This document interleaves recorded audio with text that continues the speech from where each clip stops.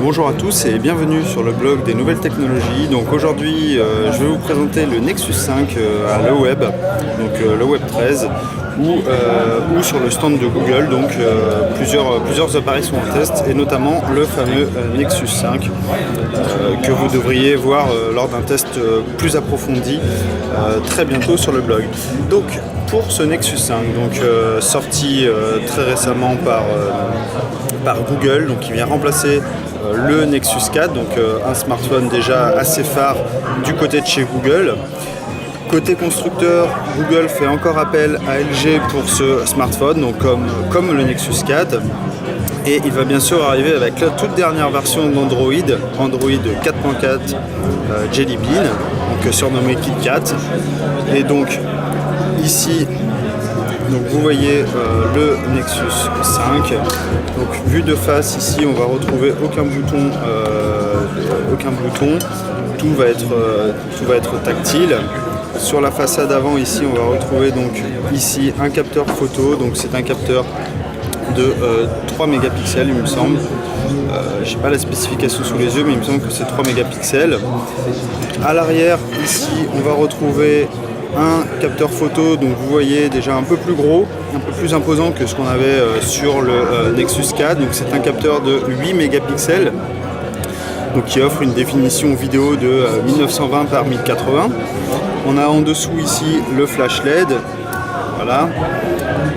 Le capteur en lui-même dépasse très légèrement de la coque arrière, comme vous pouvez le voir. Si le téléphone est posé à plat, donc là je peux pas trop parce qu'il y a un cache, mais celui-ci ne vient pas complètement. Bon là il y a Fredzone à côté qui m'emmerde, qui est en train de faire des gestes. C'est moi. Voilà. Donc pour poursuivre sur la tranche de droite du smartphone, donc on retrouve deux boutons. Le premier en haut c'est le bouton Power et en dessous c'est le bouton Volume. Non, même pas, c'est le cache ici, c'est le cache pour mettre la carte SIM. Donc vous l'enlevez ici et vous allez pouvoir avoir une trappe pour la carte SIM. Sur le côté gauche du smartphone, donc on a un seul bouton, c'est le bouton volume, donc qui va vous permettre d'augmenter ou baisser automatiquement le volume du dispositif.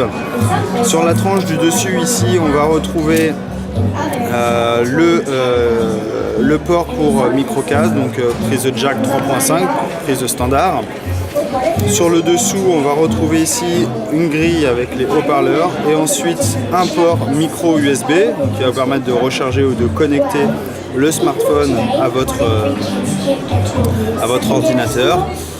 Donc voilà pour la découverte rapide de ce smartphone. Donc vous voyez, la coque est légèrement bombée. On est sur une coque blanche et des bords noirs qui lui donnent un aspect vraiment chouette. Donc voici, je vais vous repasser ici un peu tout. Donc, je suis désolé pour les conditions de lumière puisqu'on n'est pas dans des meilleures conditions pour tester ce smartphone. Donc, concernant les spécifications du Nexus 5, donc on retrouve un processeur Snapdragon, donc c'est le S800, donc qui est cadencé à 2,26 GHz. Il a un processeur graphique, donc le Qualcomm Adreno 330. On va retrouver également 2 Go de mémoire vive pour ce smartphone. Et enfin, on va retrouver également une capacité de stockage donc de 16 Go.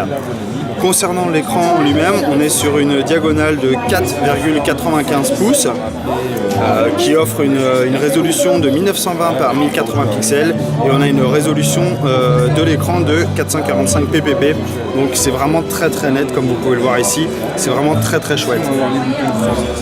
Sinon, concernant les autres caractéristiques de ce smartphone, on va bien sûr retrouver des connexions standards, donc on va retrouver une puce Wi-Fi, on va retrouver une puce NFC, etc. Vous allez également retrouver tout ce qui concerne une puce NFC. Concernant la batterie, on va retrouver une batterie, donc ça c'est le petit bémol, on va retrouver une batterie de 2300 mAh. Donc l'autonomie annoncée en communication par Google est de 7 heures. Concernant les dimensions de ce smartphone, on est sur un poids de 139 grammes, donc c'est relativement léger. On est sur une hauteur de 13,70 cm sur une largeur de 6,91 et une épaisseur de 0,85 cm. Voilà pour la découverte de ce Nexus 5. Concernant Android KitKat, donc vous pouvez voir ici, hop,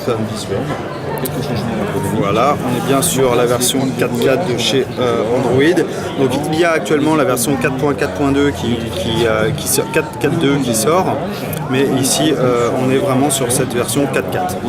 Donc qu'est-ce qui apparaît ici? Donc déjà on a l'interface Google Experience, donc qui est propre au Nexus 5, qui va notamment apporter, vous voyez, une nouvelle vision des applications. C'est beaucoup plus espacé que ce qu'on connaissait jusqu'à Jelly Bean.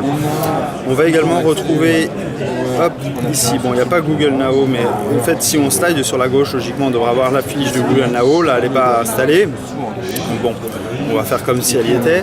On va également avoir, quand on laisse le doigt appuyé, on va pouvoir choisir le fond d'écran, choisir la widget, mais également régler les paramètres. Donc, par exemple, ici, je peux changer le fond d'écran.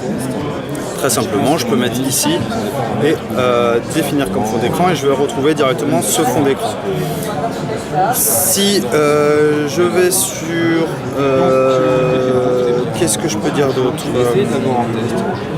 Donc ici les paramètres, bon, on a quelque chose de supplémentaire, notamment l'impression. On peut impression sur le Google Cloud. On a également la fonctionnalité Tap and Play, donc régler les achats directement par une simple pression d'écran. Voilà pour cette visu. Ici ça change un peu au niveau visuel des applications, regroupement, etc. Voilà, on va également retrouver ce que je voulais vous montrer. Non, ce n'est pas installé. Donc je vais vous montrer l'application photo quand même. Donc voici, si je mets ça ici, tac. Donc voici l'application photo. Voilà, donc là c'est pas très net. Voilà. Ici, je vais pouvoir accéder à différents réglages. Donc mettre le mode HDR+. Je vais pouvoir également régler le contraste, les autres options, etc. Je vais pouvoir activer la localisation. Et donc si on regarde le cliché qui est pris, vous allez voir, le rendu est plutôt très net. Voilà pour la découverte donc, de ces Nexus 5 donc de chez Google avec Android 4.4. Donc KitKat. Voilà, je vous remercie et à très bientôt pour une nouvelle vidéo. Il devrait y en avoir un peu de contenu vidéo dans la journée. Donc allez, à tous, à très bientôt. Au revoir.